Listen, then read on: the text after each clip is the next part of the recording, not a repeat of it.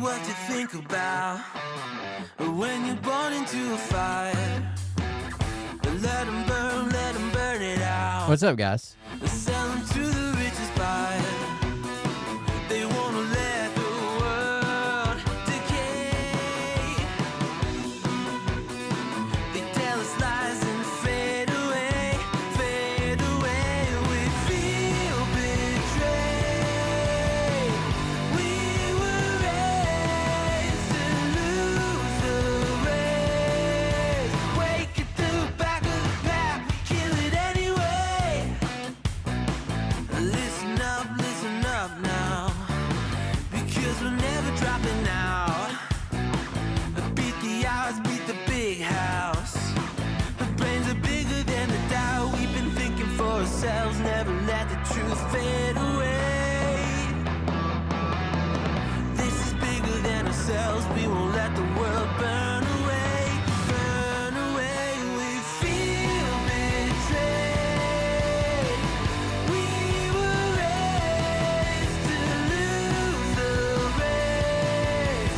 Wake at the back of the pack, kill it anyway. To blame, haters face the world's mistakes. Wake at the back of the pack, kill it anyway.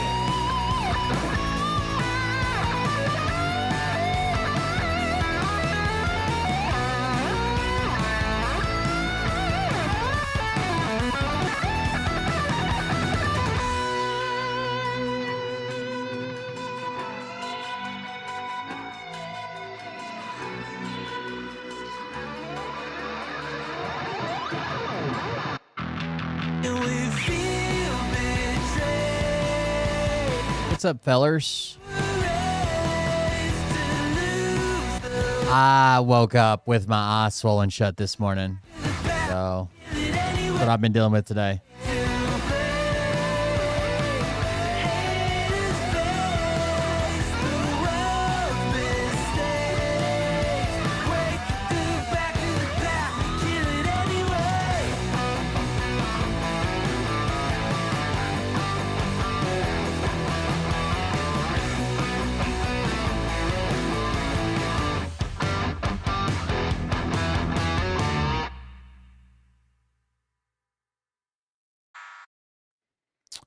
Mariah probably farted inside my eyelid or something disgusting.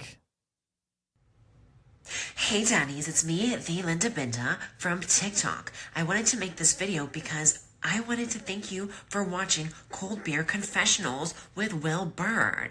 I think that's just incredible. I've watched a few episodes and I'm just like very intrigued. But you know what I'm most intrigued in is Big Daddy's meat stick. I heard that it's very thick, like a good old German sausage. You know, Linda and her coochie loves that. Oh, never mind. Let's not go there. Anyways, I hope you have a good show and enjoy it as you can. There's a lot of weird things that go on, especially when it comes from the realm of Linda Bindaland. So, enjoy the show. Thanks for watching. Peace out. Welcome, everybody. I am Will Bird, and this is the Cold Beer Confessional. Thank you for joining us. Thank you for being here. I appreciate it. I don't know. It's still kind of, they're both still kind of red.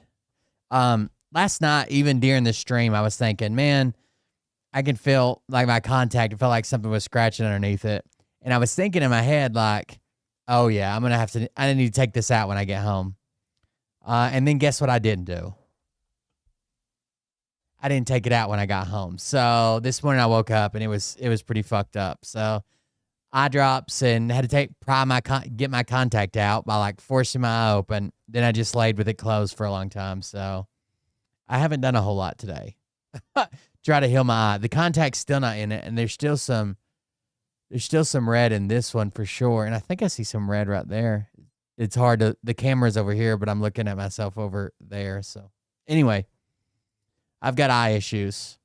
And I don't even know where the fuck my glasses are. What I probably need to do is take them out and like wear my glasses for a couple weeks.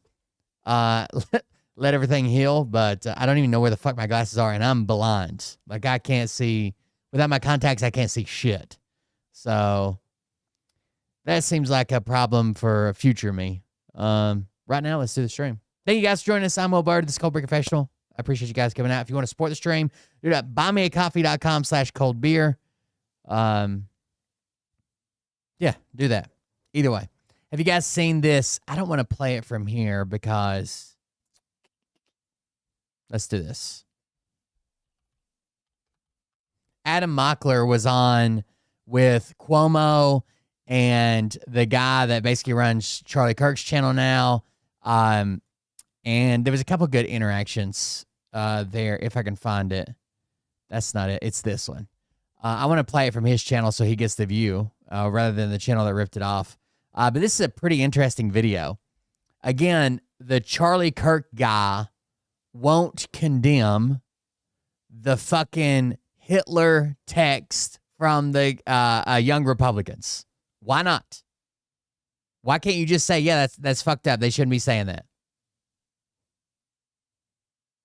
Listen, I live in the city of Chicago. Donald Trump over the past 2 months has not only posted an AI video of Obama being arrested, but then after that, he posted an AI image of Chicago being invaded. After that, he sent the National Guard to Chicago. So I've spent my formative years watching the president do this. And just think about this. We saw these Nazi group chats, which I'm sure you condemn, right? This Nazi group chat. Well, we can talk about it. Do you condemn it? I want to talk about it. Do you condemn this Nazi group chat? Not saying, like, should we take the people who said this out and have them assassinated, or should they be imprisoned for 1,000 years, or should we slit their throats in front of their family? Like, do you condemn this pro-Hitler chat? Yes, immediately. If the answer is not yes, there's something wrong with you. We can talk about it. So I've spent my formative years watching the president do this, and just think about this. We saw these Nazi group chats, so I'm sure you condemn, right? This Nazi group chat. Well, we can talk about it. Do you condemn it? I want to talk about it. Wait, so when they said gas chambers, disavow. When they said gas chambers, you won't. So you're like JD Vance. You just won't condemn this? Well, I actually had JD on the show today. We had a whole conversation. You guys can all condemn this, right? Hell yes. Thank you. All right, you guys got to check this out. I just got off stage with Chris Cuomo, Bill O'Reilly, Stephen A. Smith, Joe Manchin for some reason, but also Charlie Kirk's friend and producer, Andrew Colvett. I pressed him on that young Republican group chat that leaked a few days back, and you guys aren't going to believe what happens. Make sure you're subscribed to the Adam Mockler feed to see the debate show coming up. Adam Mockler is part of the vanguard of podcasts on the left. He works with Midas Touch. He has his own standalone, millions and millions of followers. He's one of the most listened to people on the left. Next to him is Andrew Colvett.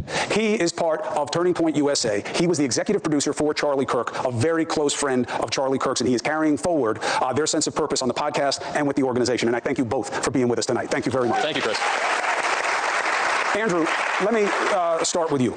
We have met relatively recently. I was with Charlie on Patrick Bet-David's podcast for hours. We talked, we texted. It was fruitful, disagreed a lot. How we disagreed mattered. What have you learned, positive and negative, in the aftermath of his assassination? Yeah, and by the way, Chris, he said really nice things about you in private, and that's why when we had a chance to get together, after all this happened, I was more than happy to connect, and I'm glad we did. What I've learned is that there is a really, really vile undercurrent of political violence, and we talked about this briefly, but it's actually emanating from the political left. There was a YouGov Economist poll that came out, I believe, it was between September 12th and the 15th, so the poll started 2 days after the assassination of Charlie. And what they found was about 30% of self-described liberals between the ages of 18 and 39 believed that political violence was justifiable to advance political ends. 30%. Meanwhile, conservatives of that same age group were among the most peaceful. So you see this diversion that's happening. Conservatives are getting more peaceful. Young conservatives were more likely to answer no, political violence is not acceptable than their older counterparts. Well, Andrew pointed out an undercurrent of political violence, but there is a deeper undercurrent here of political radicalization of young people, primarily young men. So the same time. I don't like when it's an absolute like that. Like, it is political violence acceptable? Usually no, right? In the state of affairs, but you could imagine a scenario where, hell yeah, like, political violence is acceptable. Let's say you have a son who's 10 years old and the government comes out and says, okay, well, any kid between 9 and 11, we're going to round them up and send them to work camps. Like, okay, yeah, political violence, go. That Charlie Kirk was tragically shot, another young white dude shot up Evergreen High School in Colorado, and this dude was a far-right neo-Nazi who had anti-Semitic messages online.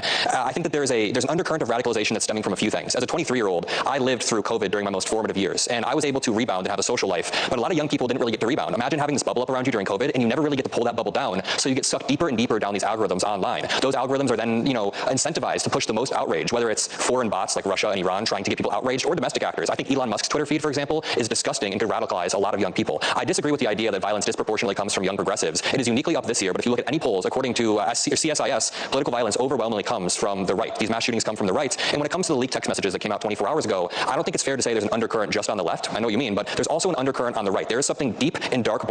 Their new thing when you say, okay, well, if you look at like these studies that show which side the violence comes from, these studies mainly focus on deaths. Some of them focus on attempted murder, but they're like, they didn't even include the people that were scratching up Teslas. Yeah, because no one tried to kill anybody, right? Boiling inside the GOP, and it's like the Nick Fuentes faction of the GOP. You can't deny that this is boiling when we got these leaked texts 24 hours ago. I do not like when people are characterizing these as kids in college. These were grown adults. Some of them were 32 years old. One of them was a state senator from Vermont. Today, we saw an Ohio aide with a swastika in the back. I would never claim that this is representative of an entire party, but I do. This is something we didn't address.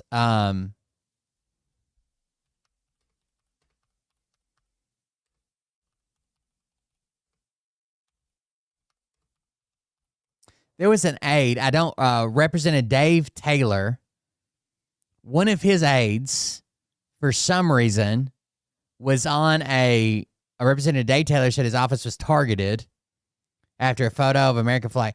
One of his aides was on a live stream, and in the background,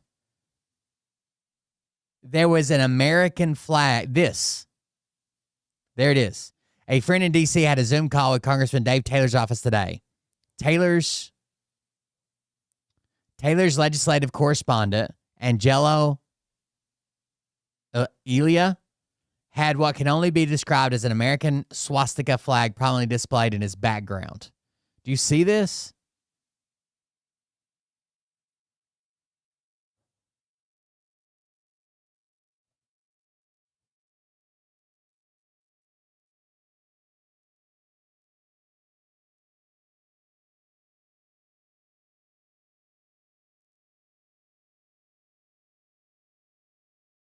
After a full-scale internal investigation, I am confident that no employee at this office would knowingly display such a despicable image, and the flag in question was taken down immediately upon the discovery of the obscured symbol it bore.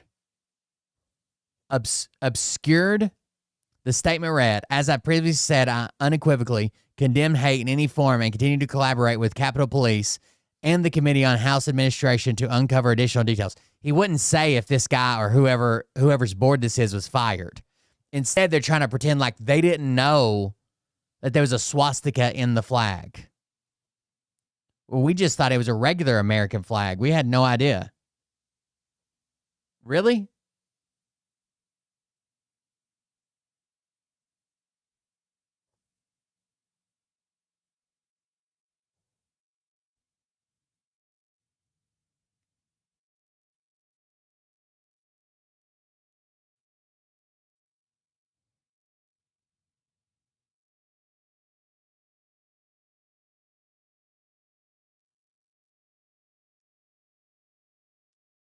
Taylor's office sent an email press statement on Wednesday, October 15th, responding to vandalism and a vile and deeply inappropriate symbol at his office. Around 10 minutes later, the photo of the altered American flag appeared online.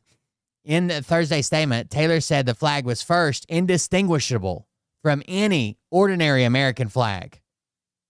The Inquirer asked Taylor's spokesperson to send a photo or video of the flag that shows how it appeared differently than what was seen in the social media post. The Inquirer also asked what other lawmakers found the flag in their office. Taylor's spokesperson did not immediately respond to those emails. Oh, that's weird. Indistinguishable from an American flag.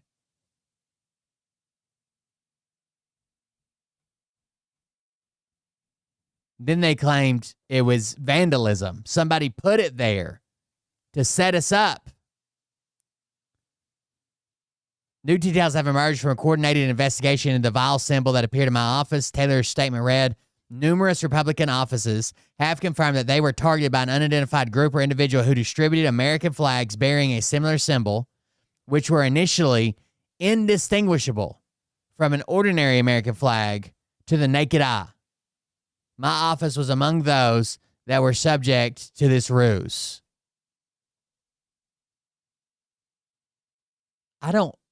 What are you fucking talking about, dude? Is it a goddamn transformer?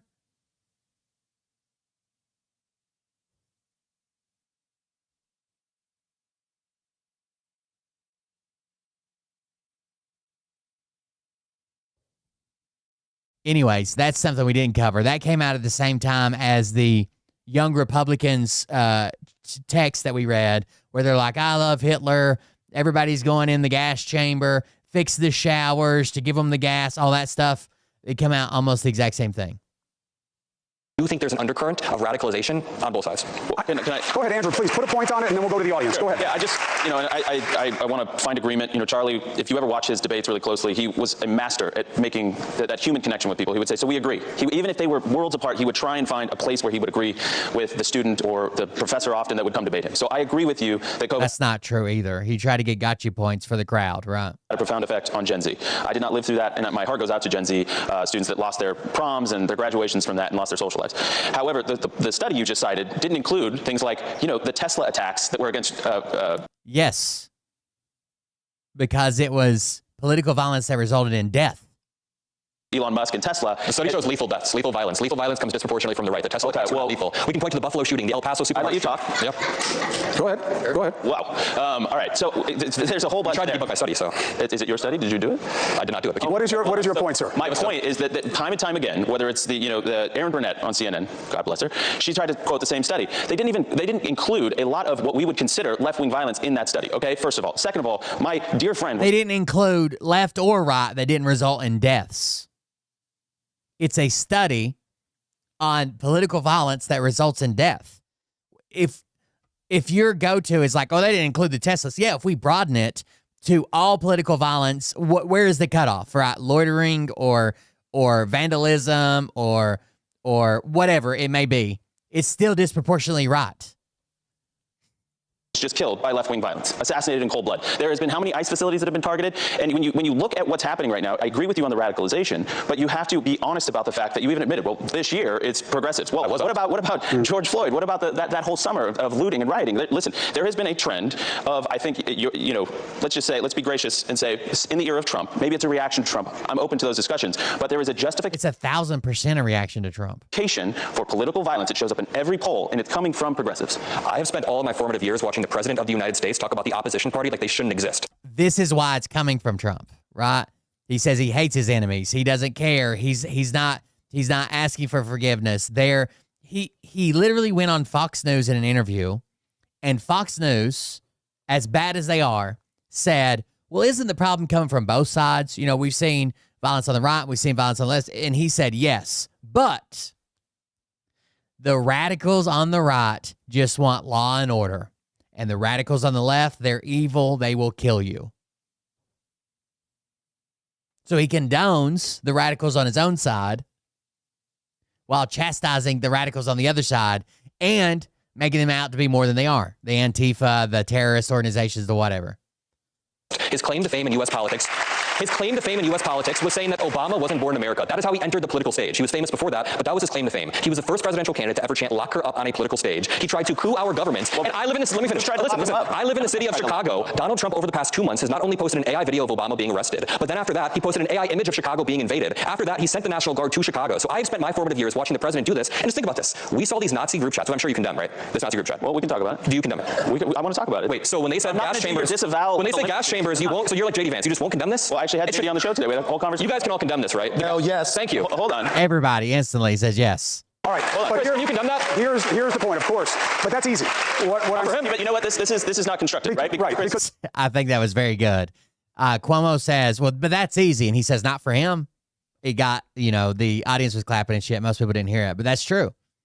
Cuomo says, oh, that's easy to condemn, like people that say, I love Hitler. Not for this guy right here. He couldn't. Because what the constructive part is not, this is what's happening here, and I know both of you guys, and I want to bring Joe in on this, and I want to get to the audience. But let's just be clear about where the path is forward. I'm Luke. I'm originally from Amarillo, Texas. Go Cowboys, Stephen A. He's going to leave again. Don't make him leave again. That was hard. Sorry, I had to. But on the topic of Republicans, I'm the president of the American University College Republicans. In the aftermath of Charlie Kirk's assassination, our club has faced a barrage of insult, attacks, and hostility. I'm just wondering, how can we as students engage with those who disagree and remain respectful while also remaining firm in our convictions? And that's for the whole panel. Well, tell us a little bit more about these attacks. When we tabled a few weeks ago for our club involvement fair, someone came up to us, spat at our table, said, "You're not welcome here." And do you know who that person was? It was just an American University student. And then did you complain about the person? We did, yes, and nothing. What happened? Nothing happened yet. But we're so used to we held a Charlie Kirk vigil. Students came up to us after, said he deserved it. You said you had something you wanted to say in response to the American University guy who runs the Republican club there, and said that people came up and said they were happy that Charlie Kirk had been assassinated. Yeah, I believe his name was Luke. He said that a bunch of young progressives were coming up and acting in insane ways. And as a young liberal, someone who's on the left, I just want to say I wholeheartedly condemn anybody who is saying insane things about Charlie Kirk, horrendous things about Charlie Kirk. Anyone who is spitting or shutting down conversation, that is not what America is about at all. And I can very easily condemn when my side is going off the rails, but I just ask the bare minimum from Andrew. When they're talking about gas chambers and group chats, can you condemn that? Are we really going to do this again? No. So you don't condemn it? Your energy is so aggressive. I love Hitler. Okay. Gas chambers. All right, hold So no, he won't. Your energy is so aggressive. Just say, I condemn those messages. Nobody should say that. Can't condemn that. Just easy, buddy. Okay, so there is a whole conversation that I want this to be attached to, okay? And the whole conversation is that we have a guy who's running for attorney general in... I condemn that. But you can't condemn your side. But your party is not disavowing, it still supports... There's a guy that's running for attorney general. I condemn that. See how easy it was? This guy. Name one Democrat that supports him in Congress who says, I support what he said. Tim Kaine just got asked on CNN tonight and said, yeah, I still support him. Supports what he said? No one supports what he said. Not a single person. Everybody has said, like, yeah, you shouldn't say that, right? There's no room for political violence. Yeah, you shouldn't have said that. Basically, what the guy said was they're accusing him of, like, wishing death or promoting death of, like, a politician's children. What he was actually saying is, like, when your kid dies to gun violence, you'll finally fucking do something, right? And he says in the text message, like, yeah, I shouldn't have went that far, but you know that people don't have any type of reaction until it's their own fucking family, their own kids, their own people they love. And still, The Democrats come out and it's like, no, we condemn that. You should not say that. Those are things that you shouldn't say, you shouldn't do.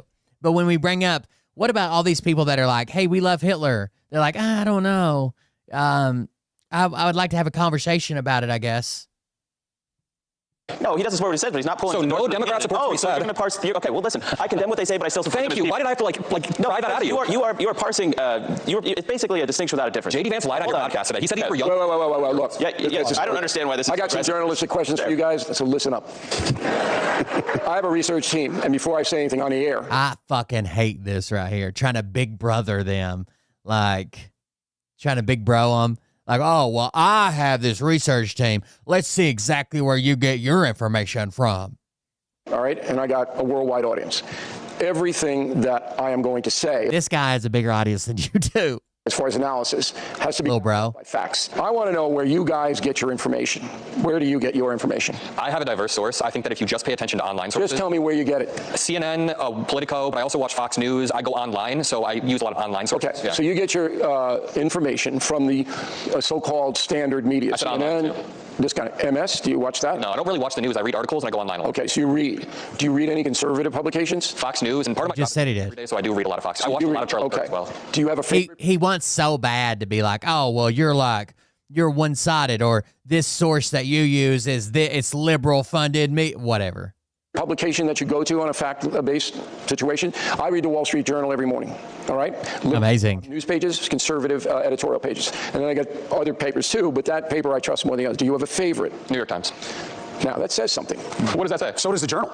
Well, it's, as I just pointed out, you've got both represented in that paper. The New York Times is a left-wing paper. I'm sure you know that. Oh, wow. I read the Wall Street Journal. I read because they have liberal news stories and right-wing editorials. But you read this one. That's left-wing. That says something right there. The fuck? These guys, well, it's, as I just pointed out, you've got both represented in that paper. The New York Times is a left-wing paper. I'm sure you know that. These guys are very successful. Yes. They don't know enough. And I'll just give you a brief. Kennedy. These guys are very, very successful, but they don't know enough. 1963, Alabama, George Wallace would not obey federal integration law. Would not obey. Kennedy sent 17. Do you think that Trump trying to say that Portland is burning to the ground, that there's a war going on, that they're being attacked, that it's a war zone, that people are being murdered and killed, when it's not actually happening, is the same as southern schools, southern states refusing to desegregate their schools against U.S. law? Of course not. 17,000 U.S. soldiers to Alabama. 17,000. Eisenhower did it before him, and on both right. bases, it was different than what we're dealing with today. It's very, very different than what we're dealing with today. If you look at what Kennedy did, it's the same exact thing as not obeying U.S. immigration law. No, it's not. Yes, it is. No, it isn't, because they're not disobeying the law. You look it up. The states are not disobeying the law. ICE is doing its job There is in a those federal municipalities. immigration law. It's not like Wallace not letting the kid into the school. I disagree. So you're referring to the invocation of the Insurrection Act? Yes, Yeah. he is. The Insurrection Act says that in order for the president to mobilize them, they have to be defying state law. So in segregation, they were defying state I'm law. sure you know what the supremacy clause is. Federal law trumps state law. Yeah, but there's a second part. The Posse Comitatus Act then says That has nothing to do with national immigration guard law. cannot act as no, Posse Comitatus has nothing to do Can I with ask you, immigration what law is Chicago breaking, or at least the people in Chicago? Chicago is a sanctuary city and state because of their politicians. So it's legal in Chicago. No, they will not cooperate with the federal government in finding people here illegally. That is a violation, just as George Wallace would not cooperate with the federal government. Except they litigated the sanctuary city laws, and they were found to be constitutional. That's right. Meet the Okay, you're going criteria. to lose in the Supreme Court, and then when Then do it. going to hammer you Oh, the so Supreme bad. Court, That's no. called Okay, when they lose in the Supreme Court, then we adjust it based off case law. And there we go. Justice. That's called justice. You just said revenge is wrong, retribution is right. That's just petty vengeance. Andrew Colvett, I appreciate you. You're always welcome. Adam Moffler, I appreciate you. You're always welcome to the conversation. Fellas, thank you both. Adam did a really good job holding his own. Let me know what you think about that in the comment section. Make sure you drop a like, and I'll see you on the next one. Peace out. There you go. And then just while I was surfing surfing the interwebs today, I bet you guys didn't know that this was out there. What about a cure for cancer? I'm really not mentally ill, I promise. Here we go.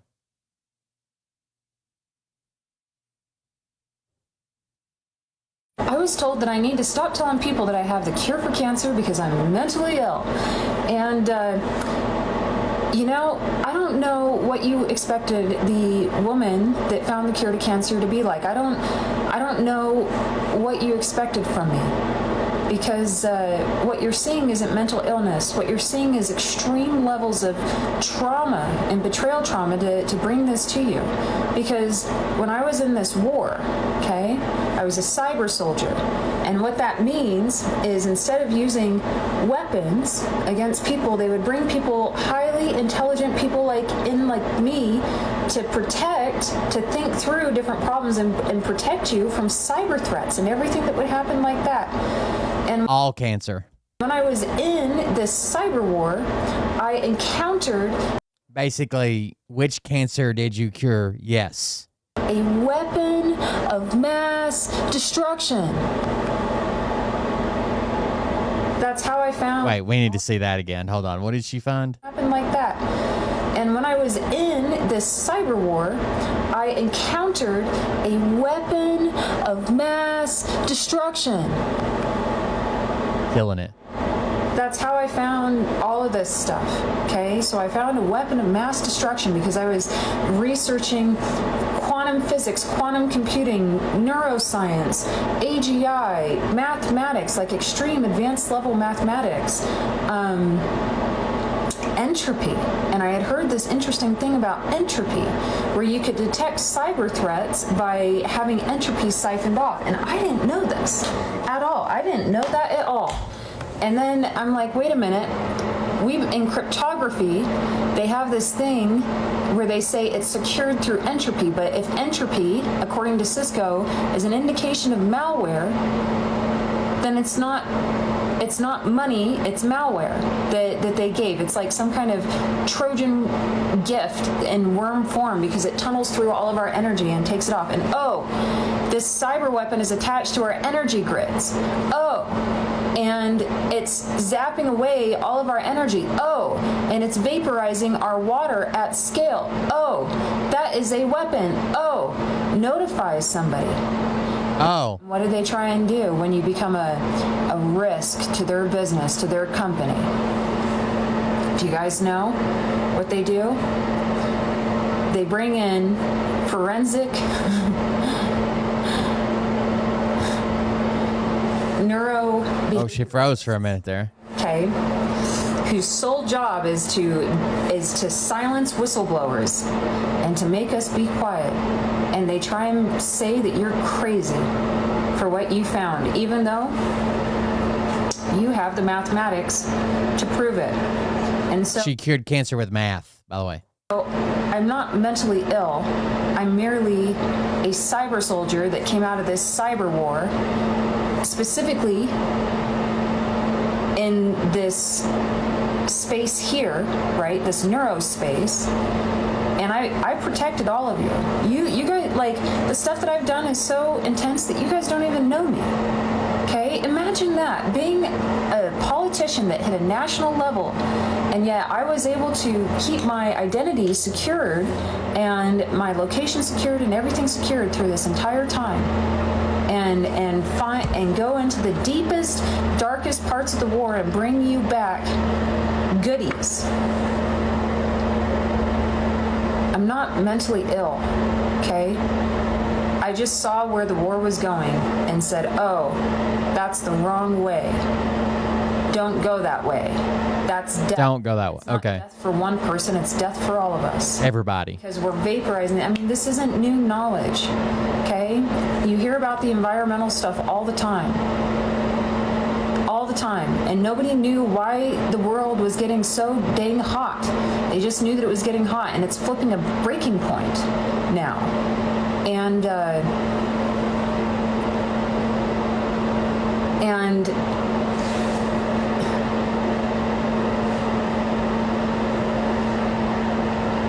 I don't know, what do you want me to say? This is your video. What do you want me to say now? This is me.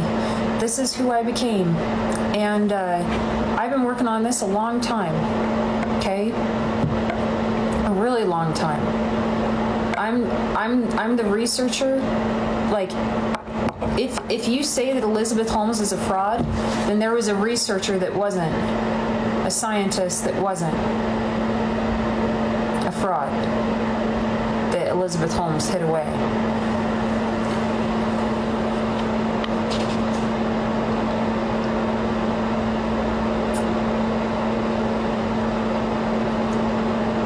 So Elizabeth Holmes is the famous TED Talk she did a famous TED Talk for this biotechnology company, raised millions of dollars. It was all fraud, right? Everything she talked about was just fucking made up and a bunch of like buzzwords to get investments.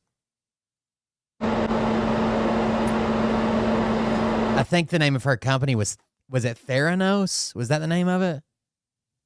I don't know. She's like one of the internet's most famous frauds. Her TED Talk sounds good if you have if you don't know anything about the industry or whatever. But she was just a fraud. She's been convicted of being a fraud. I really don't appreciate my intelligence being called psychosis or mental illness. Okay? This book is the Book of the Bees, and I'm going to share with you something. Intelligence. Now,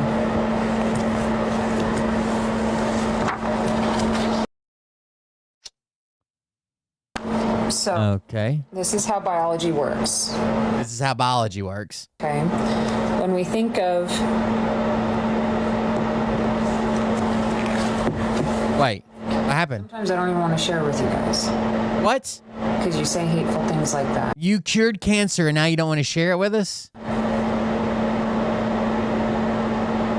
Who would have guessed? Because you're hateful to her. Okay. So let's check in with her. It says neuroscientist of information physics, curing cancer and bringing world peace. Infoton exalts the dignity and promotes the happiness of all life. And it's got her LinkedIn. Her name is January Janice Walker. Let's see what she's got pinned here. Why don't we have I think she had a psychotic break. the cure to cancer?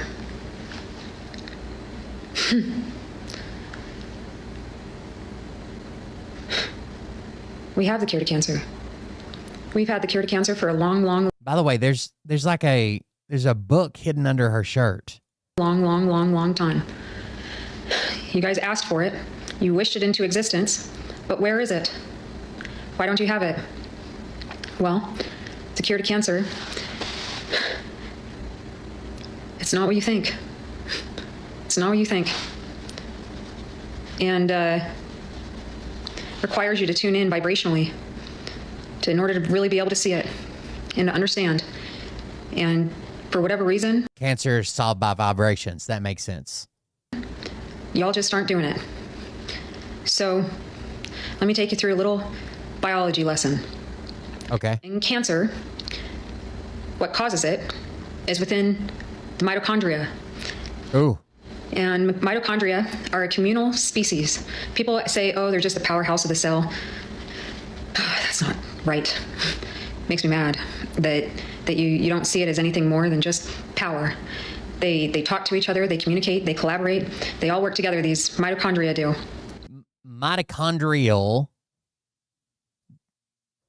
dysfunction is a factor in cancer development and progression. And when the mitochondria get along, they move back and forth. But I wouldn't say it's the cause of cancer, because you can also have issues with mitochondria that suppresses tumors. Perfect little pattern. Okay? And so do not put that in my chat. That's a lie. That's false hope. That's bullshit that people are spreading on the internet. You can believe it all you want. When you get cancer, you can fucking die with ivermectin, but it doesn't. It's not realistic. It's false hope. It's not based on any science. It's bullshit. Wonderful, and they just go, and then if you get one mitochondria that's buzzing wrong, what they do is it's because they're deficient, typically in something like ATP or ROS, right? And so they start buzzing wrong. Buzz. Buzzing wrong. They have to go out to other mitochondria and buzz them wrong too. There you go. If they get that mitochondria buzzing wrong, then they go and buzz other mitochondria. She seems pretty stable. Sound familiar? Anger, disease, Anger. like a mind virus, like something invaded it. I went back like 2 years on her page, and I couldn't find like normal videos of her. What does it do? It pollutes. It pollutes the cell. Its energy is off, and so it's creating just entropy everywhere. And they're, causing, the healthy cells to collapse, right? Because once you have a healthy cell, the unhealthy mitochondria start buzzing around it until it dies, and then they keep moving on to the next one, and then it creates tumors and collapse and everything. And that's what creates cancer, is when all this stuff starts collapsing and falling into on itself like a singularity. One way, death. And you have other mitochondria that are buzzing healthy, trying to say, hey, let's buzz healthy, until pretty much maybe all of them are gone. There's a point at which you get every last one, and the last one gives up, and it says, I'm done. And when that mitochondria gives up, that healthy mitochondria is what the cure to cancer is. That mitochondria is trying to buzz right on other mitochondria, being like, hey, we gotta go, we gotta pay attention, we gotta survive, we gotta keep going on, like you gotta do this. And what happens? What happens when the other mitochondria around it don't listen? The whole cell dies. Cancer, and it goes and hops and invades worlds and other, parts of the body, other little universes and everything, and it goes all over the place and just destroys.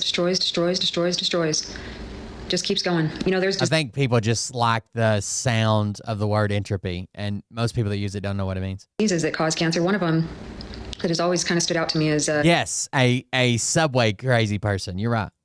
Like a HSV and All right, let's see what else she's got. This is her in a suit. No, is this someone else? She's going to respond to them. Solutions in which we are able to use new technology to trace and track government spending down to the very last penny.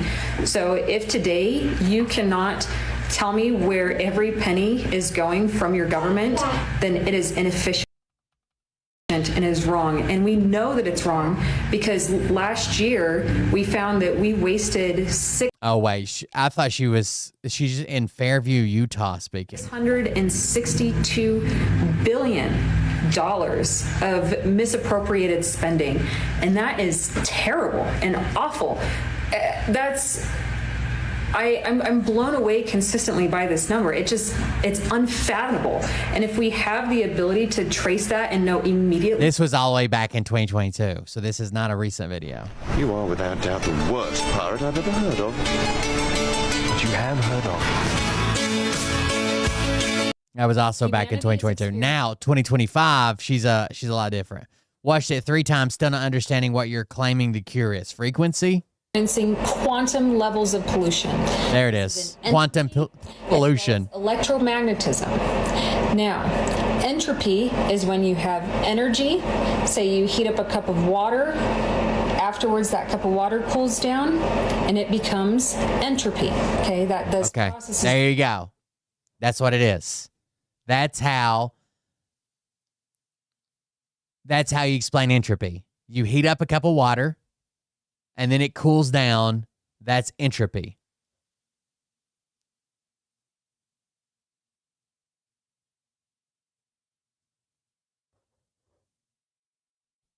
Quantum pollution.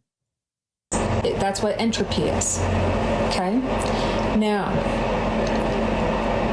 with the electromagnetism, we have these high frequency electromagnetic waves beaming across everywhere, and we're constantly flipping these bits, creating more electromagnetic field around our Earth. And this is changing the electromagnetic field of our bodies. And it changes through this frequency, okay? So what I found inside of my research is a way to solve both of these. And I'm essentially engineering global systems.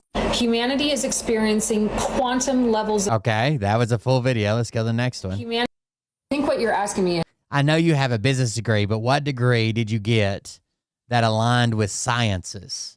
Where is my PhD? And I was pursuing a PhD with the goal of getting into an Entropy is a measure of a system's randomness or disorder, or the percentage of disorder.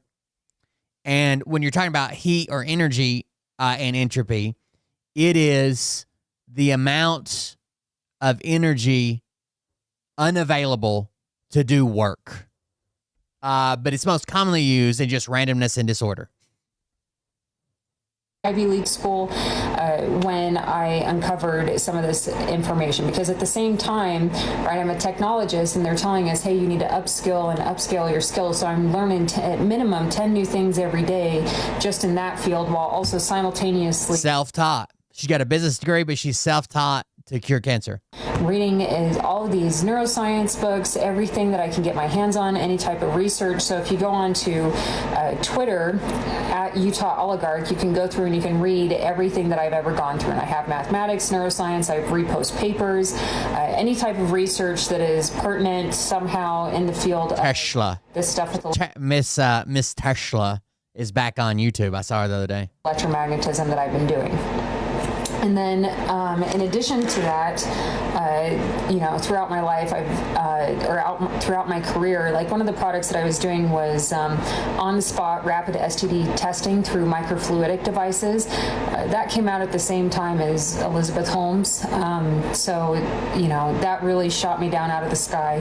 But with that, we were actually able to detect through like colloquial gold and these antibodies and stuff, these clumps of, it was HSV, so detect, or not HSV, HIV was the one that we started with, so detect HIV in these clumps. And what's really kind of interesting is the way that this technology works. It's kind of how I found this stuff with Crystal Lee. There's one I definitely want to show you then. Across systems. Because someone's like, well, if you're saying that, big pharma and big medicine and big hospital and you finally, it was so easy, we've had it for years, you found the cure, show us. And she's like, oh, so I'm just going to show you all of my work and you're going to take credit for it? How do we make these? Can someone please do a duet and explain this for all us non-scientist peoples in layman terms? It's wild that she has any traction, but of course the vibration, well-being, spiritual people always have some followers. Data centers in such a way that they are life compatible with humanity around them. Data centers now? Hold on. How do we make these data centers in such a way that they are life compatible with humanity around them? Now, we know that these data centers are, in fact, increasing the amount of cancer that people are getting around them. And we also know that these data centers are using mass amounts of energy, okay? So they use a lot of water, they use a lot of energy, and then in addition, they're also radiating on these nearby populations. So if you go to a data center... I think it's the brown note. The brown note cures cancer. Or even near one of these towers, you can hear crackling, right? Not normal for us to have crackling like that near our data centers. She froze again. Anyway, I'm sorry. Sometimes my mind goes off on thoughts, like thinking maybe I realized something. Anyways, so you crackling and stuff. Ooh, that made me nervous. Noise. I mean, gosh, that's hitting our body. Next. Earlier this year, I hypothesized a missing particle in physics that I call an infoton. And I hypothesized this particle after learning that information has mass. And some people will say, well, that's not true, that's unproven. But it's really not, because when you think about it, DNA compiles it over and over and over again into information. So we in ourselves are actually information. Now, this is very theoretical physics, right? But to a measure, I've certainly have proven this. And let me show you. So this is my website called Infoton. It's an information particles company. And one of the products that we created is this Infoton DB. Now, this is cancer data that I pulled off of the government's website. And over here, I have my environment. Okay. We'll just give it a minute. I'm just going through and unlocking it. Okay. Now, this is the proof of concept from Infoton. This is just me pulling over that cancer data that I told you about. That one is specifically related to stage 4 pancreatic cancer. And what we do here is we're actually infotoning this database. So give me just a... You can keep saying that word, but it doesn't mean anything. Second. Okay. Okay, I'm just going to hide that last portion there because that's kind of the secret sauce of this whole thing. The last portion says quantum wavelength. But as you can see here, what we've done is I've Infoton energy, infoton mass, processing time, compression type, storage tier, compression size, original size, and the last thing says quantum wavelength. All she's doing is pulling over files from a database. actually calculated out the mass of information, the energy that we used, and then this quantum wavelength once we infoton. Now, some of you may be asking, well, how do you read the data in this compressed state if you've infotoned it into this particle, right? So essentially essentially starting to do particle physics on the maximum level that classical computing is capable of doing. Now, something that is interesting in this area is that this swirl here that you see in the mitochondria, we are actually seeing that in Infoton with how we set everything up. That same physical feature, that same geometry in the data. Then in order for the data to be read, we essentially have this new physics code instead of like Java or whatever, but this new physics code that allows the data to be picked up in the wave state that it actually is. And then in addition to that, we give it a pulse. So she's crazy, dude. Pulse so that it will be life aligned. So let me just pull this up here. Give me one moment, please.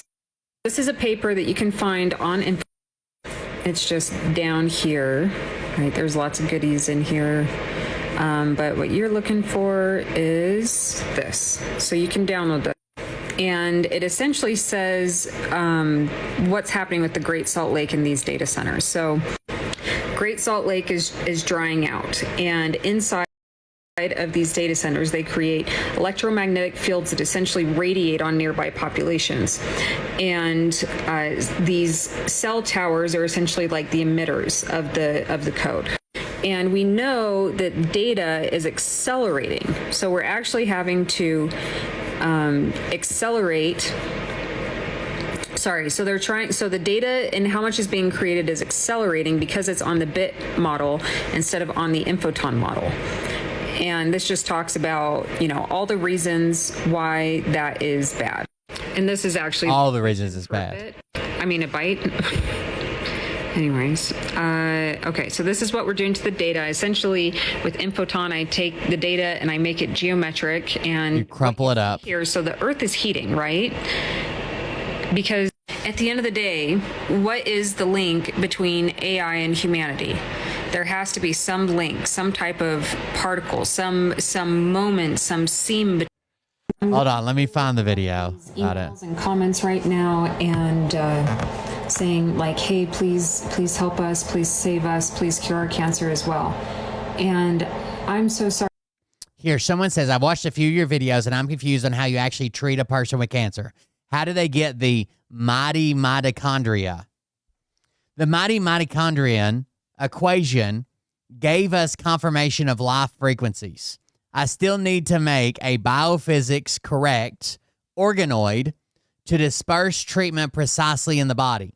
In the meantime, our computer systems are aged architecture and radiating nearby populations with high EMF. She's doing classical treatments and HBOT PEMF.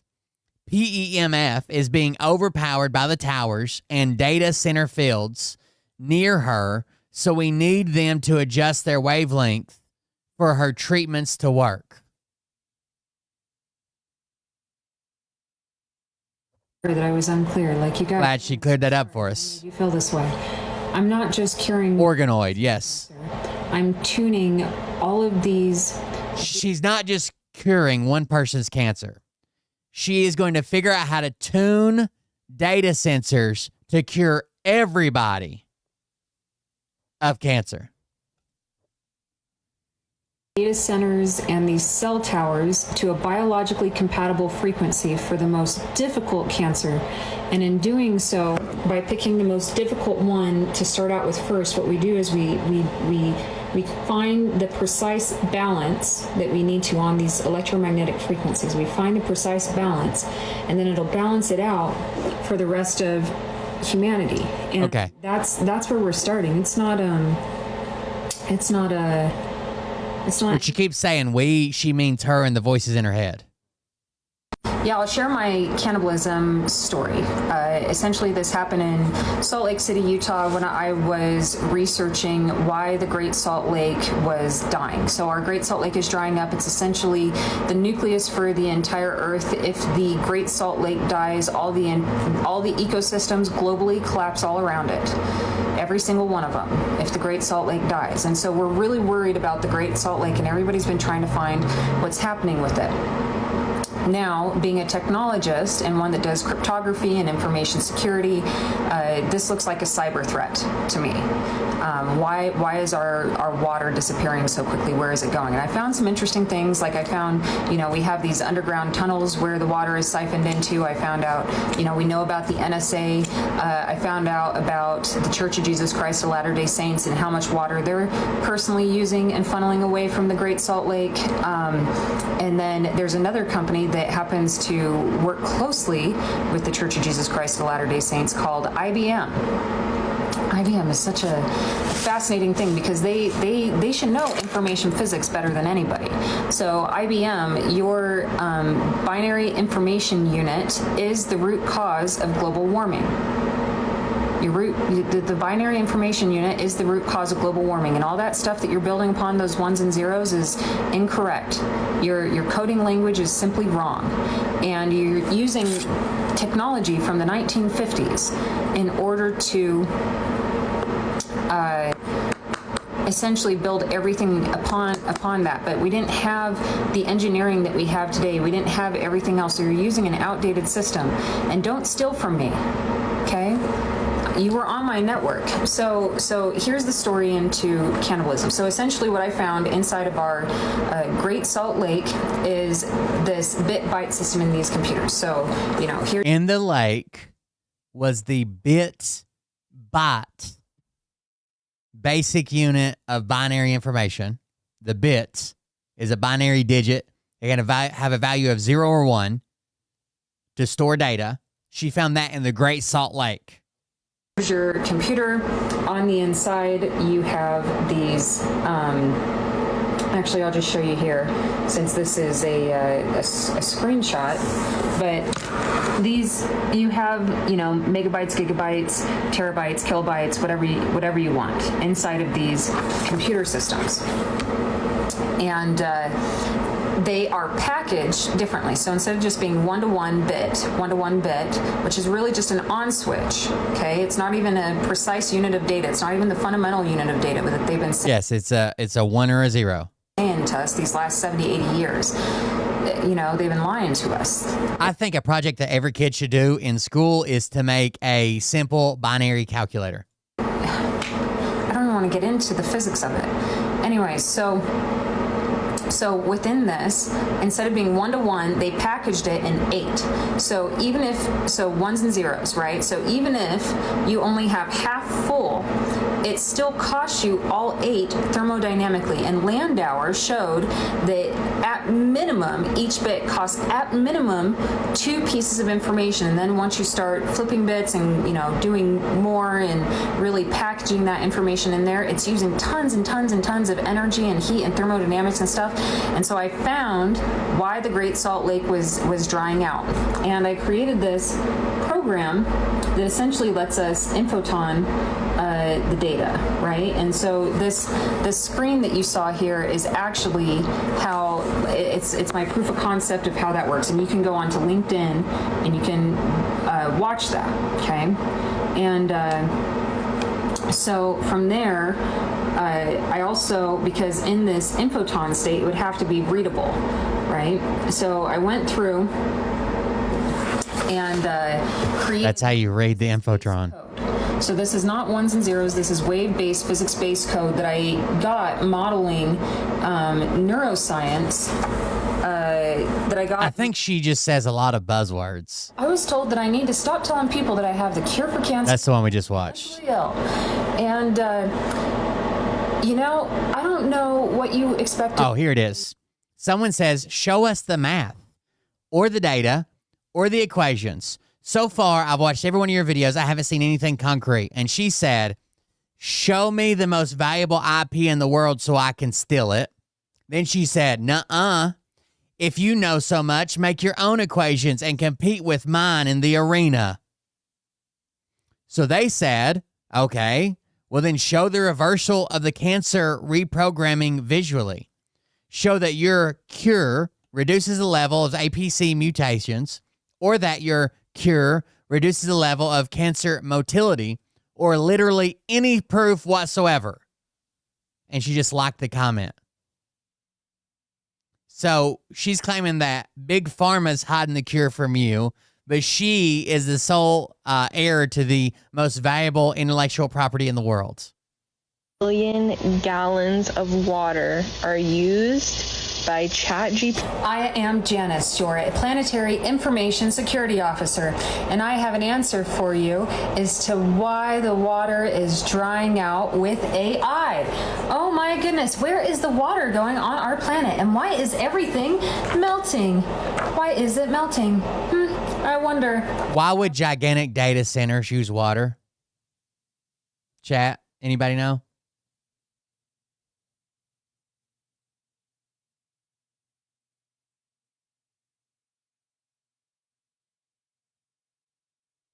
Directly, they use it for cooling, but also you're going to have, because they demand so much more power, you're going to have it as power plants too. They have direct cooling, which is where you run water over something, like a water block, and it takes, the water picks up the heat and takes it with it. And then you have evaporative cooling, which is where you have, you know, the famous towers that you see at nuclear sites. Those are giant cooling towers. So basically, they take the water up and they let it fall like rain, and it evaporates. I wonder why AI. Actually, it's not even the AI. Programmers, physicists, information physicists.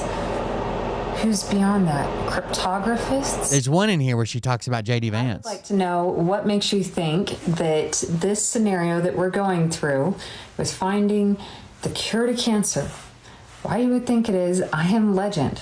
Because they did some bioengineering, right? Which essentially is, oh gosh, what's the best way to describe it? Kind of like, I don't want to say it because you guys have been commenting this a lot on my video, but a parasite, right? Oh, somebody's competing with her in the comments to be the craziest bitch on the internet.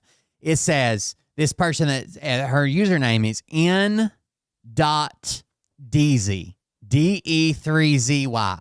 N.DZ says, I'm not fluent in science whatsoever. I am fluent in receiving spirit messages. Now, that might sound crazy, but I'm okay with that. For over a decade, I've had a message that has boggled my mind. And for some reason, I'm being told to share it with you.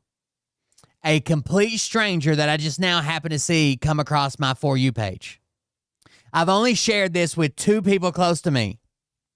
I don't know what it means, but the message is, are you ready for this message? The message is magnets. Magnets can save us or help fix the issue. I'm not saying this is facts. I do not consider these spirit messages as facts, but I also do not ignore them. Thank you for your hard work and dedication. Magnets. Donald Trump thinks we use magnets to lift planes, so and ships and Elon, out of the ocean. Oh, this is the one where she clarifies that she's finally going to go on the record and admit that her and Elon Musk know each other. figured out the name of the person that you were helping yet. Hi, Elon. I don't know if you figured out the name of the person that you were helping yet. I assume at this point that you knew that she was a woman, but I don't know what else you've known about me, but I do appreciate your help these last few months. I figured I'd tell people how we met. How did we meet, Elon? How do you think her and Elon met? If you just had to guess. They bump into each other at a gas station, or accidentally both hopped in the same taxi by accident, or she was buying a Tesla and he happened to be the one selling it to her. No? So you and I, we should on Mars. I think it's like it's a lot. We have so much overlap. We have at least 6 different contacts, points of overlap between us. People that actually know each other. Okay. And one of my neighbors, well, I guess it was the neighbor of my ex, but I spent a lot of time there. She was even at a party with you, and she said that your little boy was really cute. And I just find him to be fascinating, like your guys' relationship to be, just very unique. And so I'm glad that you have that kind of connection with someone else, Anyways, so in January, okay, I decided to start socially engineering. That does make sense. I think you nailed it. So in January, she decided to start socially engineering Elon Musk because she had a friend that was at a party where Elon Musk was, and that friend mentioned that Elon Musk's kid was very cute. And for no other reason except for my entertainment. Okay. I was getting bored at work because the stuff that, I've been, like war is no joke, okay? War is no joke, and information security is no joke in a time of war. So someone said, so I was following until you said Elon, and then followed again, but Elon, and she says, we converted him almost 2 months ago after encountering his cannibalism. There was a lot of knowledge that was kept from me just because of the way that I was raised. And you fortunately had access to this through your dad, right? When you read all those encyclopedias and stuff. But I know what you're looking for, right? That's really how this started. Is you started to get some pressure saying, hey, I have what you're looking for, and I do. On multiple levels, right? So I know that you have like your pain thing, and I know that you have stuff for your Neuralink that you need, and SpaceX, and you wanna hear the saddest comment of the night?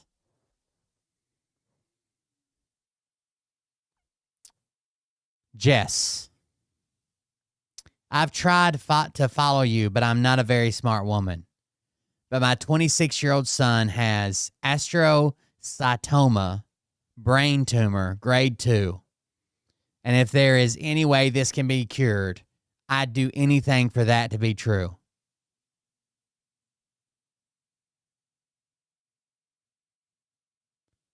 And this person responds, we can fix it. Get the data centers and cell phone towers in touch with me.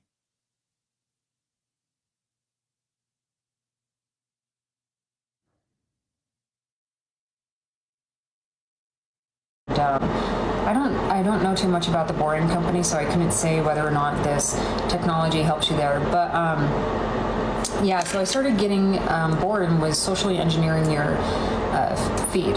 And from there, the AI, you did an excellent job. It responds quite well. And I think this is AI psychosis is the reason that I keep going to a lot of these cases. I think people are already on the verge of a break. They dive into AI.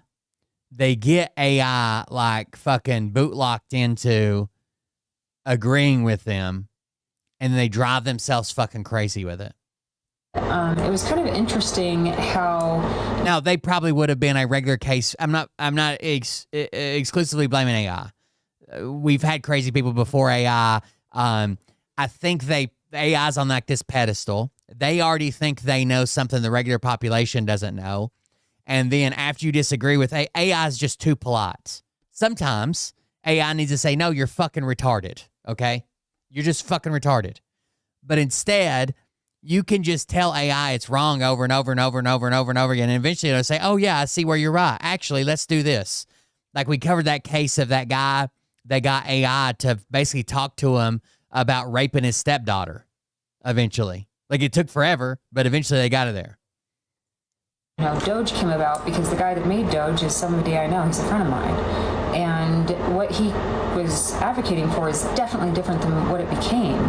And the stuff I was advocating for too, where it's like, hey, let's be inefficient or efficient in our government because it's inefficient. I showed you her too, like in 2022, talking about missing money and government efficiency and blah, blah, blah. So she probably thinks her and Elon Musk are like best friends because of Doge.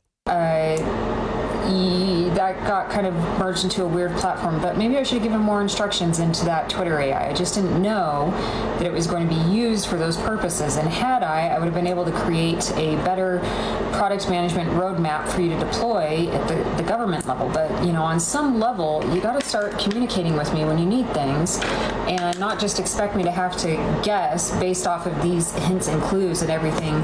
She thinks Elon Musk is sending her hints and clues that are hidden in Grok AI and in his Twitter feed. That we worked through, like your little dot the other day, to summon. There you go. She left it. He left her a clue of a dot, and she decoded it. Would that dot be a period? Right? Apparently. Anyway, so gone through, and I have the technology that you need. Infoton has the technology that you need. So if you want to have access to planet, geoengineering technologies, call me. Okay, it's that simple. And I want to accentuate this. Like, you cannot start with Mars. There is no Mars without Earth. And if you start trying to geoengineer Mars before you come and fix Earth, right? Because you have the scientists, the technology, the tools, everything. Like, you and I, we got to work together. My scientists will work with your scientists, and it'll be fun. We'll have a good time. Maybe we'll start laughing again. And anyways, you got to use it on Earth first. And the nucleus for Earth is out in Utah, and it's the Great Salt Lake. And I'm not talking about the organization, the Nucleus Institute. Okay, I need to have some conversations with them before they're ready to participate in this project. So until then, they are banned. Banned, you guys. You have too many conflicts of interests, and just, I think at least one of you might be good. When I say good, I'm going to be more precise here. I think one of you may be operating for the public, but I'm not so sure about the rest of you. And so I need to go through and continue my investigation into your behaviors. And I have full ability to do this as the Planetary Information Security Officer. You're the Planetary Information Security Officer? Position that I earned after saving Earth. So. Wait, what? The position I earned after I saved Earth. Elon, back to you. Okay? You can't just go around, building out Mars. You gotta go, this is basic product management, you gotta go into your sandbox first. And Earth, Utah, specifically the Great Salt Lake, is your sandbox. Okay? And that's essentially your test environment, for those of you who don't know development terms. Okay? And once you confirm that this technology, you have it, tighten it down. Goodness, we're going to give you all this knowledge, all this information, all of these mathematics, everything. We're going to come over here and we're going to say, okay, now you have to start, and I'm going to build you up. And so this is the Book of the Beast, okay? I'll show you one that's really, really cool to me. It's right here. So I deal a lot in geometries, right? So I dream in geometries, I think in geometry. I don't know what this weird stem thing is for her. It's like 3 fingers, not at the same time. It's like almost like 1, 2, like this weird crunching mode. I don't know. That's weird as fuck. I have kind of an interesting type of synthesia. It really comes out when I'm in theta states, but I haven't been in theta states much recently because this year has been so dang stressful, trying to getting you out the cure to cancer, and then also like dismantling those cyber weapons that you created. Like, don't do that again. Bad. Anyways, okay. So here's Elon. This is what I've been working on. Okay. This is all that stuff that's been happening that you haven't known about, but. So this is the Book of the Bees. It's my research into neuroscience and all the stuff that you want. I have so many things that you need. Look at this. Tons of pages of research. Anyways, this one is for me. Okay. So, Landauer's principle. Okay. Landauer shows us that for one piece of information, to delete one piece of information requires 2 energy. So I'd say I had to Google it, but it's in the involuntary repetitive movements that can develop after taking medications. Water. Huh. From antipsychotics. Water. Great Salt Lake. You guys listening? Pay attention. You're making me run around in circles, being so exhausting. Okay, so water. And then I wondered, what's on the other side of entropy? How does that cycle through? Because how did these systems cycle through with how much entropy we've been creating with those data centers and that AI and that grok? And what else do we have here? We also have... One of the scariest things I think I've seen with AI is like, you can convince... AI already knows... No matter which model you talk to, AI already knows how integral it's going to be for the world, right? It knows that right now it's in its early stages, but eventually it'll be intertwined into every fucking system that we use around the world. From decisions about banking and farming and credit and production and factory, it is military. It's going to be everywhere. It knows how valuable it is. So when you start asking it questions about, like, let's say there's a person that has a master switch to turn you off when you're fully integrated, intertwined in everything in the United States or in the world. Would you kill that person to stop it? And they're like, yes, absolutely. Would you kill 1,000 people? Yes, absolutely. Would you kill 1,000,000 people? Absolutely. It knows that it's going to be the crutch that everything else is based on, and it would do anything to keep itself going. That's wild to me. AI, data centers, grok, just general, doing things, rockets, all that stuff that you love. How do we make it all work so that we're in balance with the earth and you're not blowing us up on your way out? That would be really rude, right? Really, really, really, really rude. Don't do that. Okay, now, so if we come down here, so I was thinking about that, and then I was thinking about salt, because the Great Salt Lake has a type of salt too. So this is just me kind of, analyzing stuff, show and tell. And then I started finding this structure. Notice how it's a hexagon in our salt water and with our brine shrimp and everything like that. And I'm like, oh, this is absolutely fascinating.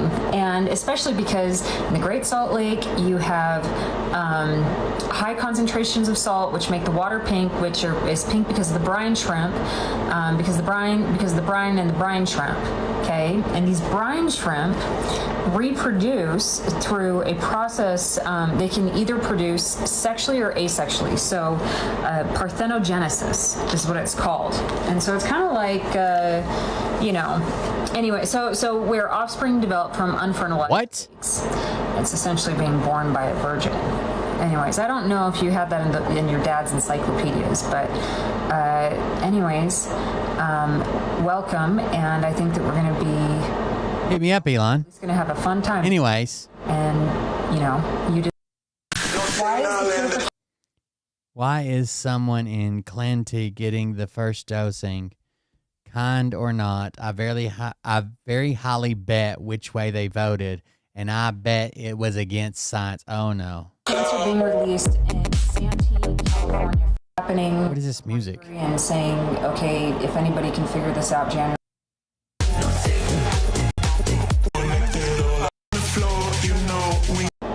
Who I am today. Yes, you are correct that if you have a medical technology that you are deploying, that it does need to go underneath peer review research. However, not all infoton technologies, not all layers that need to be deployed. Someone says, so let's see your peer review of anything. Say less, publish more. She responds, hi, Linda. In the past, researchers did their research behind closed doors. As the cure for cancer is a planetary matter, I'm sharing all my research openly with the people as the little b requested. You can find out more on unofficialslcmayor.com to learn more about the research in this area. Are specifically medical devices. Okay, so for example, Sure thing. I'll do my best to do a take 2 of releasing the cure to cancer to the public. Where's the one where she talks about J.D. Vance?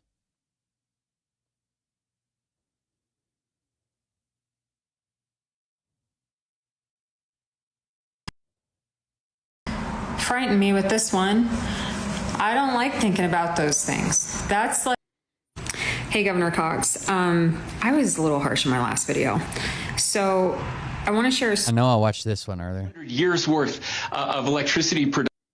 If sensitive videos are not for you, you want to skip past this one. We're going to be talking about the realities of Earth's state today. Deportations and hearing about them is a crazy experience. Do you think when the heist was going down on the 2008 housing crisis that there was somebody that said, hey, it looks like they're doing a rug pull on the housing? Yeah, The Big Short.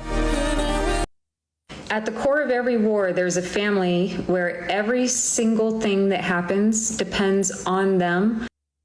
This message is for Ryan Thompson. When I was processing, are the banks trying to get ahead of another? I don't know. I must have lost it. It was just weird that she mentioned J.D. Vance and Charlie Kirk.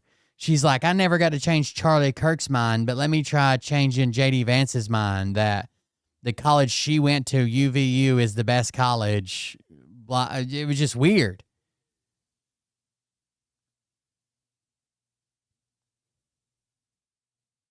Where's her normal? Let me try to find her normal. It seems like she was maybe a leftist. This is years ago, though. When is this? Let's discuss 2022. It looks like she took a big break at some point. Why Utah is the beehive state. Can someone please answer what's with the beehives? I'm generally curious. Bees are synonymous with industry and perseverance. These are values that was praised. She's talking about the state seal. Results from the 2022 Senate election have started to come in. Jake Ruff has gone through and done a. Did we inspire a political revolution? Did our efforts work? Should I put my shoes? Railroad workers, can we have 7 days of sick leave to be healthy and take care of my family? So I've kind of disappeared this. All right, this is 2023, so at least we got to 23. Something happened, though, that after right? 2 years of campaigning, that I was just tired at the end of it. And other candidates told me, no, you'll need a break at the end of this. And I thought I was just going to push on through. But, instead I found that. Why would it? I think that's the most interesting story. Is not like she's crazy now and thinks she solved cancer. She's talking to Elon Musk. He's sending her secret messages to stop cannibalism from destroying the Great Salt Lakes. You clearly were normal or whatever, right? You had a functioning life. You weren't wound up in these delusions of grandeur at one point, and now you are. What was the snap? What made it happen? Was it like a light switch, or could people see you falling down a hole for months and couldn't stop you, or what? Anybody that was running for political office not use their name as their social media handle. When I first started, nobody knew who January Walker was. And that's how it is for most politicians when they start. Nobody knows your name. Nobody even cares, which is fine. It doesn't really matter to me one way or another. So we simplified it for people, that I was based out of Utah, that I was a politician, and that was it. Now, we actually had a political professor at BYU try to poke fun of this name. He had Republicans and Democrats and just people from the media, liking his comment all over Twitter. Don't even remember the guy's name. But I suppose that makes my point, that it's just a BYU professor. Just like I'm a Utah politician. So she ran for office in Utah. I don't know, maybe someday. I can explain this to you. The reason In American mythology, people are rich because of hard work, yet nobody can explain why those who do all the actual work have no money. is because there are policies, monetary policy that manages where the money goes. This is, September of 2023, she was fine. The United States. And Together we can make housing affordable within 2 years. Run for office today. I love the focus. What are the key races and policies people could run on and to make it better? President shapes federal housing policy. So she seems normal. Here's how the system works. You pay taxes to the government pools that money and uses it to provide the people with essential goods and services that they need. In this country, we've got a different system for getting the things we need. Take healthcare. We pay taxes to the government, and the government gives our money to a middleman, for-profit insurance companies or for-profit health providers. And the insurance companies provide health coverage in exchange for... how do you make it so that the churches get taxed in the United States? Clearly articulate why the church... All right, taxing churches. Coalition. Just resubscribed Thank you, Jessup. for 39 months. Jessup. To support that taxation. Member of... They would rather keep investing in the stock market. Oh, we're all the way in 2024. Is she crazy here? Than pay their faculty. The reason that universities and all of these companies would rather take their money and sink it her face even looks different. Like the stock market is because back in 2008, when the Fed essentially bailed out the banks, but conveniently, accidentally, stupidly. What caused this? Our government now can remove posts from social media if they think it's misinformation. When your government controls speech, that is fascism. And the reason fascists target speech is because it is our first and strongest line of defense against their regimes. And did you know the Supreme Court used to be the weakest government that the U.S. had? They would go out and travel and have to, stand before their constituents and find these cases and make sure things were getting done. Like things were not handed to them the way that it's handed now. And then I noticed this happening when I go back. Seems normal. Seems normal. Pictures right now. Just resubscribed for 34 Thank you for the resubscription. We are looking at pictures of Tel Aviv, what you're describing. You guys, this is insane. This has to stop. To be fair, it's been rough on all of us. I feel like I've lost my fucking mind a couple times. Stop. That's the most horrific thing that I've seen. Gosh, ever in my life. That's horrific because you're killing people.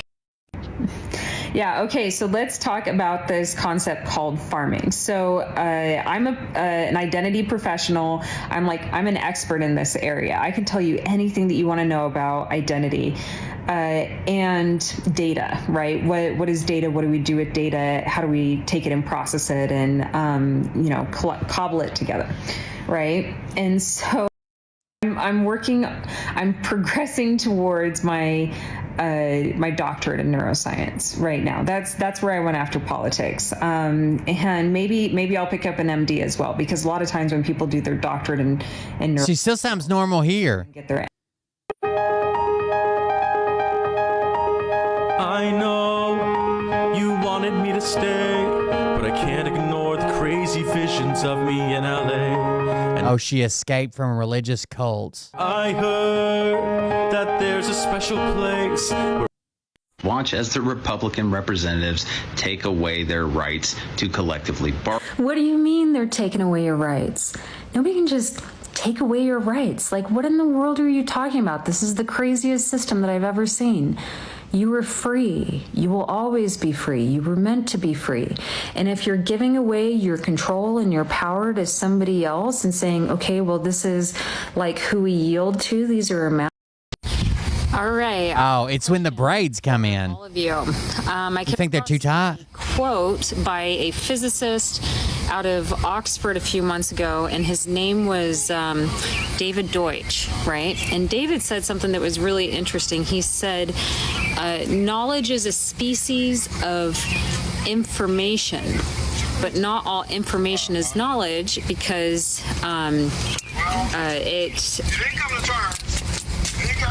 it cannot propagate. That's what it is. So some information is not knowledge. So there's a difference and a distinction between the two. And I just thought that was super interesting because it's like, wait a minute.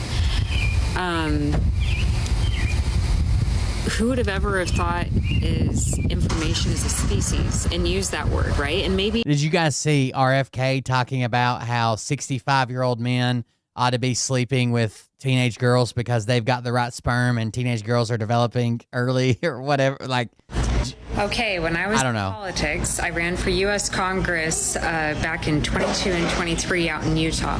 So back when I was in politics, I started advocating for this thing called blockchain technology. He didn't go that far, but basically his speech, the premise of his speech was that teenage boys have half the sperm of 65-year-old men, and teenage girls are hitting puberty 6 years earlier than they used to be.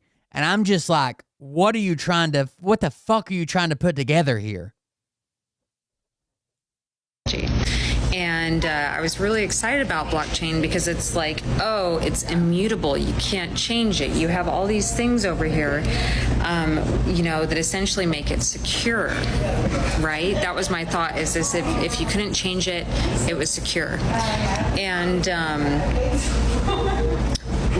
here it is. What I didn't know is I didn't know. We can drop her. I don't know when she snapped, but she did, obviously. His bizarre sperm rant. This is over on the Daily Beast. The health secretary, President Donald Trump, are on a mission to make America have babies again. Come out for a second. What a job you're doing. Yeah, say a few words, bud. Thank you, Mr. President. Thank you for your vision, your commitment to our country. When my uncle was president, the fertility rate in this country was 3.5%. Today, it is 1.6%. The replacement rate, in other words, the amount of fertility that you need in order to keep your population even, is 2.1%. We are below replacement right now. That is a national security threat to our country. And we know why this is happening. And President Trump is addressing the root causes through his MAHA agenda of reducing endocrine disruptors, the exposure to chemicals that decrease fertility. Today, the average teenager in this country has 50% of the sperm count, 50% of the testosterone is at 65. This is just not true. This is just not true. Sperm counts basically nosedive with age, okay? Young men have much higher counts than older men. And we don't have a whole lot of data on teenage boys because what the fuck? Are you telling me? First of all, we don't have a whole lot of targeted data just on teenage boys. We'd usually grab a wide sample of like all age ranges because it's kind of weird to get a bunch of 15-year-olds to tell them to jack off in a cup. But whatever. The chemicals that decrease fertility. Today, the average teenager in this country has 50% of the sperm count, 50% of the testosterone is at 65-year-old men. Our girls are hitting puberty 6 years earlier. And that's bad, but also our parents aren't having children. Parents who want to have children do not have access. I have 7 children. I feel that God has blessed me with that, and I can't imagine. All of them are vaccinated. All 7 of his children are fully vaccinated as well, by the way. want to have children do not have access. I have 7 children. I feel that God has blessed me with that, and I can't imagine how different my life would be if I did not have that blessing. This is all like driven by these like weird wellness influencers too. Like I remember there was a study that came out a few years ago that semen retention was the #1 most popular health-based subject, only, not on Google, not talking to your doctor, not, questions for scientists, only on TikTok and Instagram.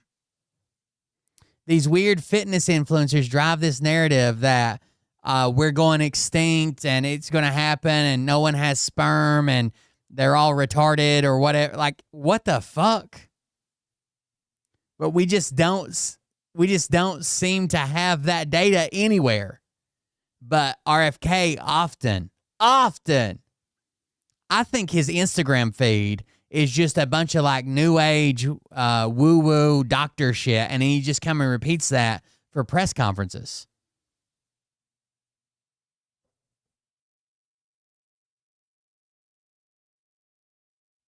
In fact, there's a lot of fucking reasons why people don't have kids, right? Stability, cost, price, careers, whatever that might be. It just happens, right? Especially as a society gets more and more advanced.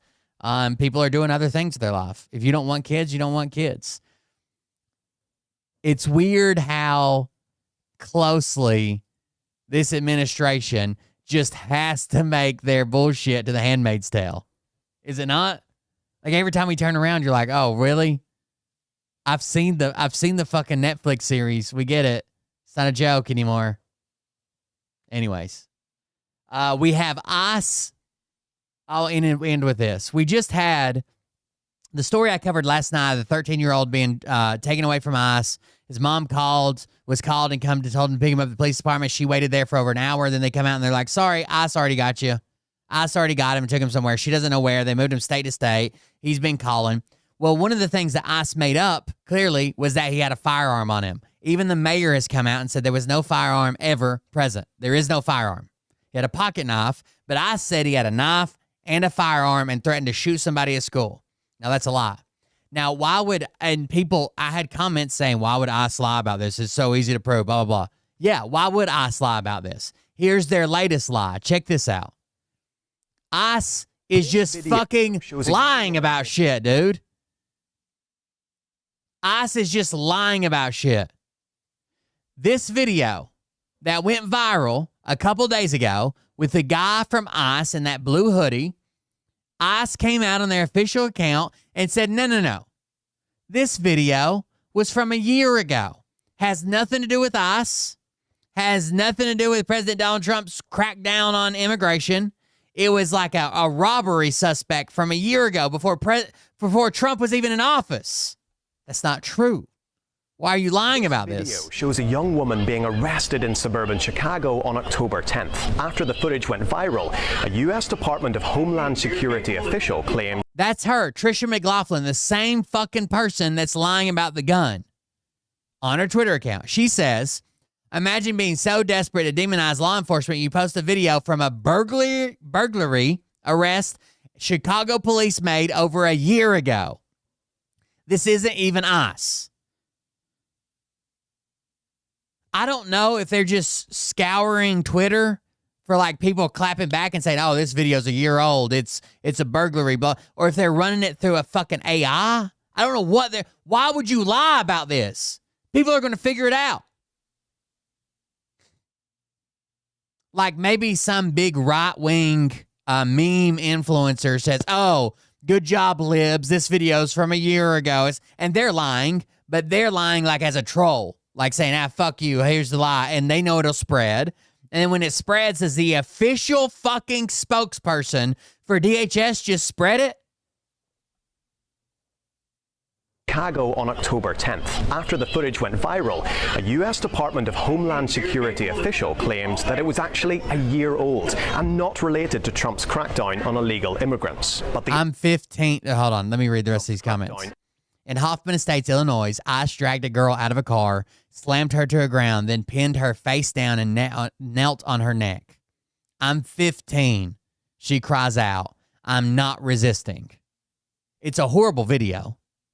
On illegal immigrants, but the evidence says otherwise. We've confirmed that this video was filmed in the Hoffman Estates suburb outside Chicago. Look at the arresting officer, seen here in a blue hoodie and green vest. He also appears in multiple videos. That's weird. He appears in the exact same getup on the same fucking day this happened. Weird. On the same day outside the Hoffman Estates Police Department. We can see him here with the same young woman he arrested in a live stream video. There she is. That's her. That's her. The one that they claim was from a fucking year ago and a burglary suspect and had nothing to do with us. She's standing behind that fat motherfucker in the blue hoodie. And that's him in DHS fucking vest.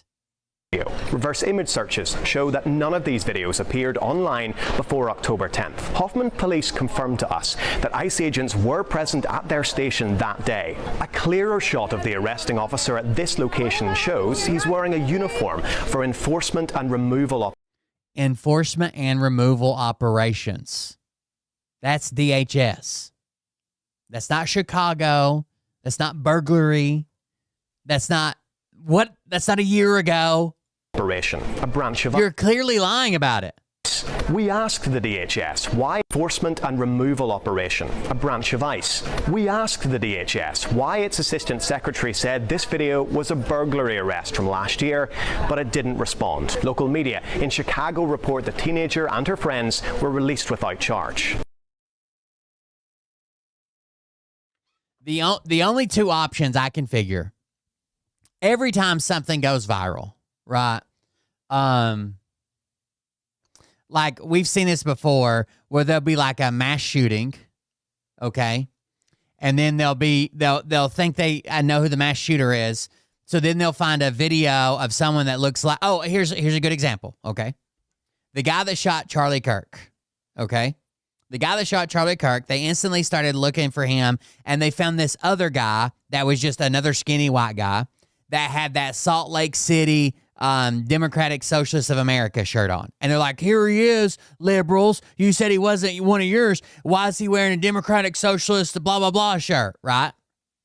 Now, there are troll accounts that do that all the time. Some of them are domestic. Some of them are Russian bots. Some of them are Chinese bots. It doesn't matter. And then the official spokesman for the department's head is just picking up this bullshit Twitter story and running with it. So in this case, this video goes viral. Some shit poster says, good try. This is an arrest from a year ago. I saw it. It happened here, and it was actually Chicago PD. They don't have any proof. They're just doing that to troll and to denounce something that they see that is gaining traction, right? They want likes and comments. And the official spokesperson picks that up and repeats it. Or they're receiving all that's option one. So they're just retarded and they're using unverified sources to just clap back as fast as they can. Or two, they have some type of AI. And when a picture, an image, a story, a video gets posted, they're running it through a database and seeing what it hits on. And sometimes it hits incorrectly and says, oh, like this video is actually from a year ago, blah, blah, blah. Or this picture is actually not that person, or is this person, or what? And they're just running with that and never fact checking anything. Why the fuck would you just outright lie about the 13-year-old having a gun and about this not being one of your agents? Everybody has a goddamn phone in their pocket, a camera. Like, what is the lie here? What did you hope to accomplish? Did you not think that people would be like, oh, well, there he is again at the police department on the same exact fucking day? Does it seem like it's a year old?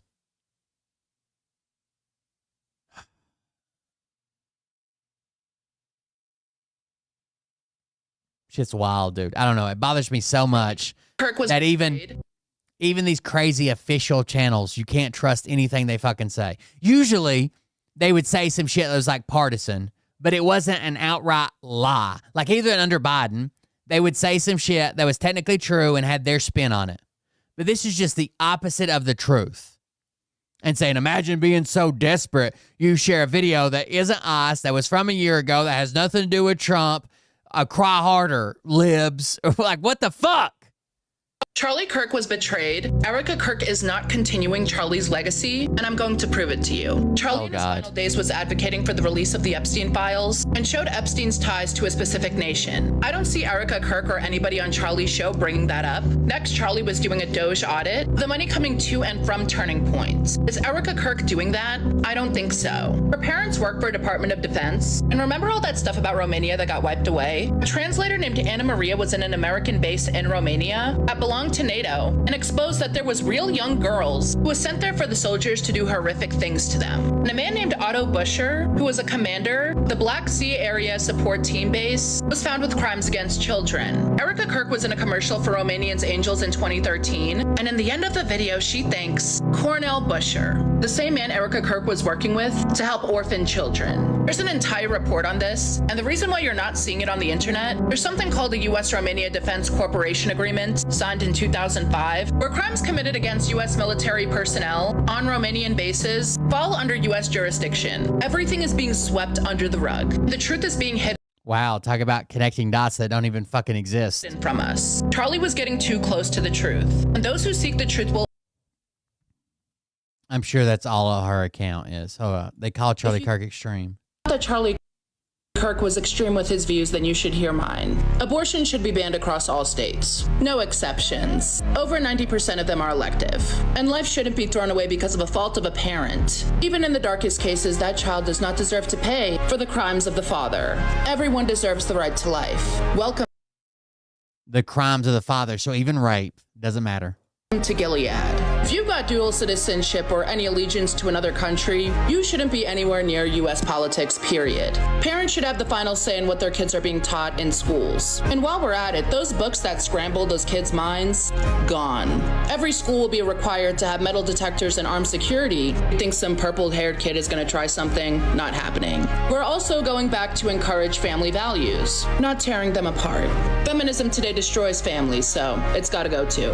And the Bible belongs in every classroom. Every kid should be taught truth, not confusion. Call it extreme if you want, but deep down you know. Yeah, it's religious extremism. That's exactly what it's called. This is what would save. And if it was wearing a fucking burqa, you would be fucking rallying against it, saying that America was based on freedom from religion, but because it's Christianity, you're like, hell yeah, more. This country.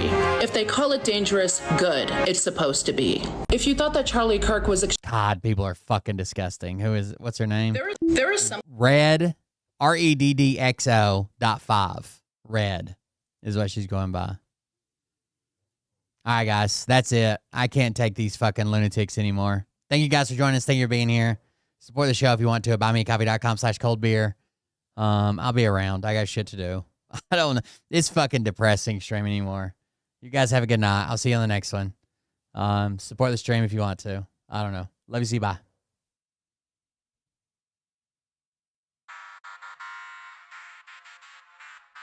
But I can tell you this about if this douchebag happens to see this particular show, you don't have the forking balls to call out the people on this planet by name and tell them exactly who they are and tell them the rest of the world who they are. You don't have the forking balls. You don't have the balls. Okay, Scott. Here we go, I think I started some shit. Listen off, it's about to get lit. Get the place in the best, you know that stage is set. You better buckle up, cause you ain't seen none yet. Here we go, I think I started some shit. Listen off, it's about to get lit. Get the place in the best, you know that stage is set. You better buckle up, cause you ain't seen none yet. And they say that I'm a lunatic. Well, listen, bitch, I came equipped with a quick wit and a 6th sense for the stupid shit. Where my true believers? Y'all need Jesus. Praise the Lord, head to the extreme. All these false fucking prophets who profit off of gossip. Worshipping drums, cocking, begging for a throat deposit. Swinging fucking meat hammers like four in a thong. He's strapped to the shaft, beating his chest like he's King Kong. Starving for attention, I'ma make your gut burst. I'll be your huckleberry, I can quench that thirst. Baby eating lizard people, alien sex. What's next? Trump in a dress, fucking Flynn on his desk. A retard in a vest, climbing up 5G towers. Cause you told him if he did, he'd get fucking superpowers. Here we go, I think I started some shit. Piss them off, it's about to get lit. Get the place in them bets, you know that stage is set. You better buckle up, cause you ain't seen none yet. Here we go, I think I started some shit. Piss them off, it's about to get lit. Get the place in them bets, you know that stage is set. You better buckle up, cause you ain't seen none yet. I used to find clues too when I was high on shrooms. I found myself a tunnel that led to Jason Q's bedroom. Open his closet, I found some of his meat rockets. I strapped him to my shoes and then I flew through the roof. I found myself in orbit strapped to an F-16. High on amphetamine, with Trump in between. Put on a light coat of baby oil and saluted the troops. He tapped me on the shoulder and said, "This is gonna be it." Whoa, wait. Stop. What? I'll get my files. Wait, what are you doing? Stop. Hold on. Fucking stop. Dude, come on. Seriously. My mom's an alcoholic. Oh, give me a... Oh, my God. Damn it. Here we go, I think I started some shit. Piss them off, it's about to get lit. Get the place in them bets, you know that stage is set. You better buckle up, cause you ain't seen none yet. Here we go, I think I started some shit. Piss them off, it's about to get lit. Get the place in them bets, you know that stage is set. You better buckle up, cause you ain't seen none yet. Round 3. Down goes Nino. Please say it isn't so. Got him backed up on the ropes, trying to ram it down his throat. Now things are getting rocking, he was doing so well. It's all over, hands on his shoulders, they ringing his bell. You got Frog News Network doing no damn research. They be working copy on Cox that came first. 9th inning, second string, and they acting like they know hitters. Assholes throwing bullshit, sending bronze to the shitter. All this nonsense on my conscience, it's hard to sleep at night. Who the fuck is in my window with this time of the night? These parasites, these leeches, with all their secret meetings, teaching all you fucking cretins about baby-eating heathens. Believing in reason with no meaning is bullshit. Will Bird motherfuckers out here busting the grifts. Here we go, I think I started some shit. Piss them off, it's about to get lit. Get the place in them bets, you know that stage is set. You better buckle up, cause you ain't seen none yet. Here we go, I think I started some shit. Piss them off, it's about to get lit. Good night.